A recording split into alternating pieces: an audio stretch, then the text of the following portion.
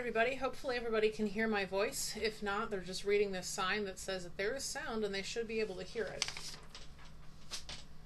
This is a lesson on Chapter 7, Section 2, Part 2, out of the Geometry Chapter 7 study guide. So only two examples. It's kind of a short lesson. The first one has to do with these three towns on a map. There's Town A, Town B, and Town C. And as you can see, they've measured the distances between the towns and labeled them. So from Town A to Town B, if there's a road that went straight, that would be 39 miles. This is 15, and that's 36 miles in distance apart. So do these three towns, the positions on a two-dimensional map, form a right triangle?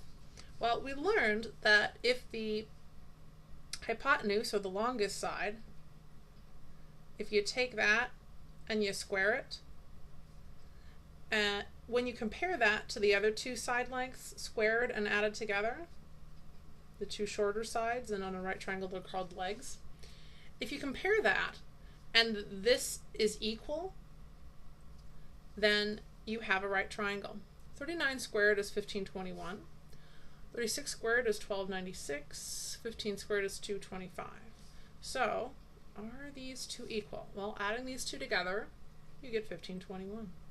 So when the longest side squared is equal to the two short sides squared and added together, then you do get a right triangle. So the answer to number 20, is this a right triangle? Yes. Number 21 asks us if this town, B, is directly west of town C. Well, this would be the right angle, wouldn't it? So is this directly west this way? And oh, if it is, I'm sorry. So they're telling us that this right here is a direct east-west line. It's exactly horizontal on the map. And so is this town A directly north of town C? Well, it would have to be, because this is a right triangle and this is the right angle corner, right?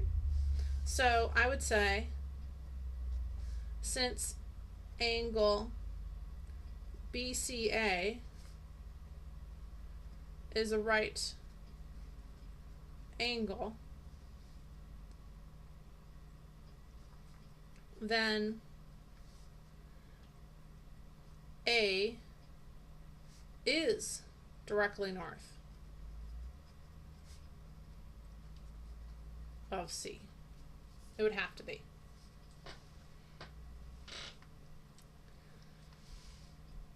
On this one they have a boat. It's called a catamaran. It's a special type of boat. And they have something called a mast. That's where they attach the sail. So when the wind blows, it blows you across the water. And then when it says when the mast is fastened properly, it's going to be perpendicular to the deck. So here's the deck.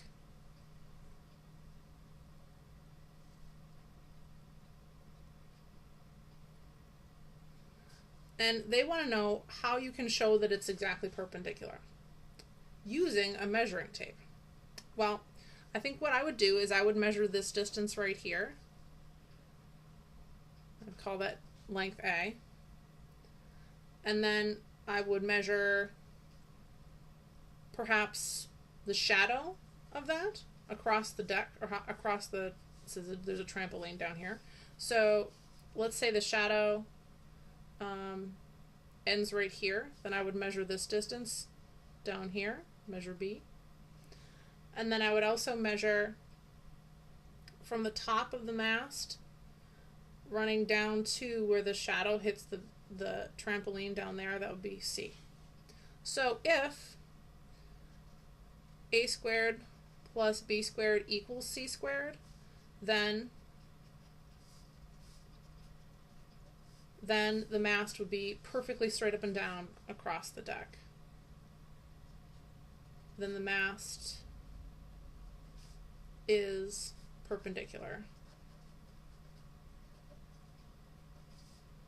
to the deck. So the next page just says skill review. This one just incorporates, or just reviews the three ways that we can classify triangles. If your longest side squared is equal to the other two sides squared and added together, then that would give you a right triangle. If the longest side squared is smaller than the two short sides squared and added together, then that gives you an acute triangle.